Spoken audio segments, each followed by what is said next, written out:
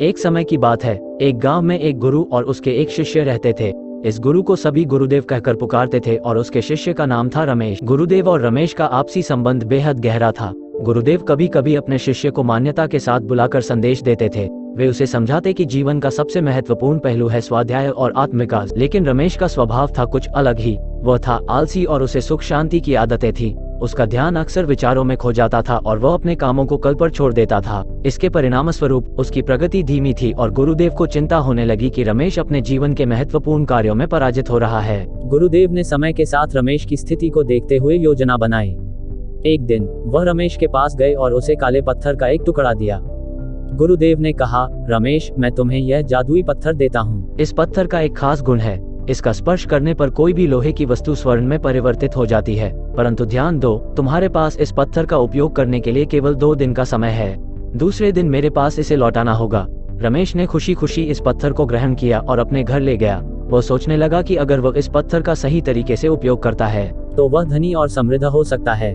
पहले दिन रमेश ने सोचा, अब तो कोई भी काम बड़ी आसानी से हो जाएगा और मेरे पास पैसे ही पैसे होंगे। मैं बाजार जाके बड़े बड़े लोहे की चीजों को ले आऊंगा और फिर उसे स्वर्ण में परिवर्तित कर दूंगा। लेकिन फिर उसने सोचा कि वो इस काम को कल के लिए छोड़ देगा।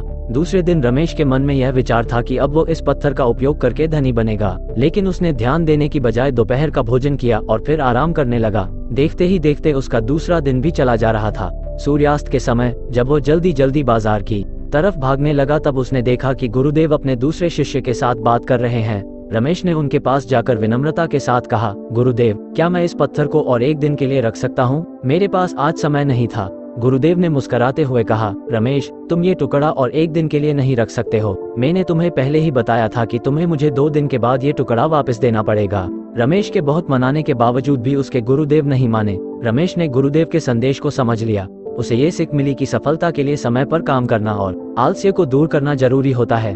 उसने निश्चय किया कि वह आलस्य को त्याग कर अपने लक्ष्यों की प्राप्ति के लिए प्रतिबद्ध रहेगा।